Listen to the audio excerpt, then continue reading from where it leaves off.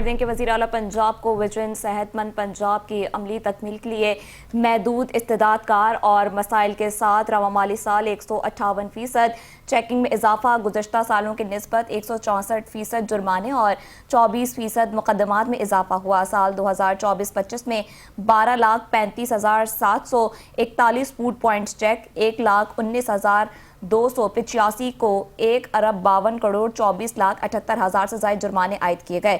قوانین کی خلاف ورزی پر 3,300 یونٹس بند، 1,344 مقدمات درج کروائے گئے، 18,937 سیمپل لیبارٹری ٹیسٹ کیے گئے، 1,42,114 لیٹر ناقص آئل، 1,17,775 لیٹر ناقص پانی بیوریجز طلب ہوئیں۔